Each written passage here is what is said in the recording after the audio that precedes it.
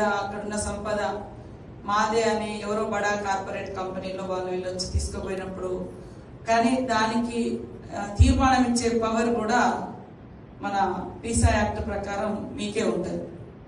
అంటే అంత పవర్ఫుల్ ఈ యొక్క సర్పంచ్ మీరంతా. గ్రామ పంచాయతీల కంటే కూడా ఈ పీసా యాక్ట్ కు ఇంకా అదనపు అధికారాలు కూడా ఉన్నాయి.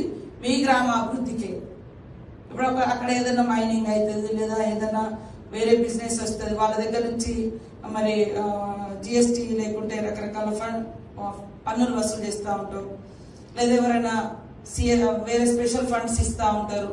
అవన్నీ కూడా మీరు యూజ్ చేసుకునేటట్టుగానే వాడుకునేటట్టుగానే మనం చేయడం జరుగుతూ ఉంది. కాబట్టి రోడ్ వేసినామా, బడి కట్టినామా, గుడి కట్టినామా అని కాకుండా రోడ్ వేయడం మూలంగా ఎంత ఉపయోగం ఉంది, మనుషులకు అట్లనే వాళ్ళ జీవితంలో ఎంత మార్పు వచ్చింది, వాళ్లకు ఆదాయం ఏం చూపిస్తున్నాము, ఇట్లాంటివి కూడా మనం వెతుక్కోవాలి. దాతలు కూడా ఉంటారు స్పెషల్ గా. ఆ దాతలు ఏమైనా సాయం చేస్తే గ్రామ పంచాయతీలో వాళ్ళ పేరు పెడతాం, మా గ్రామానికి ఇది కట్టియండి, లేకుంటే ఈ అమ్మాయిని చదివియండి, లేకుంటే ఈ కుటుంబాన్ని, అట్లా కూడా మీరు బాధ్యత తీసుకొని చేయవచ్చు.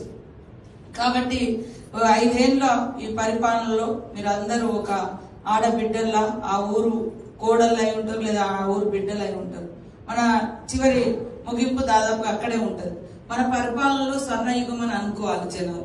అరే పలానా సర్పంచ్ గారు ఉన్నప్పుడు మా ప్రతి ఇంటి ఆడబిడ్డ లెక్క మాకు ప్రతి కష్టం వచ్చినా మనం అందరికీ డబ్బులు సాయం చేయలేకపోవచ్చు, ఎందుకంటే మన ఆర్థిక వ్యవస్థ కూడా.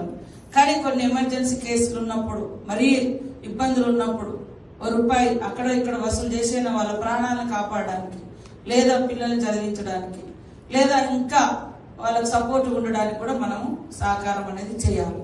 ఇది మనము చేసుకున్న ఒక అదృష్టం సర్పంచ్గా ఎదగడం. ఎవరు వచ్చినా నిన్న మేము పైలాన్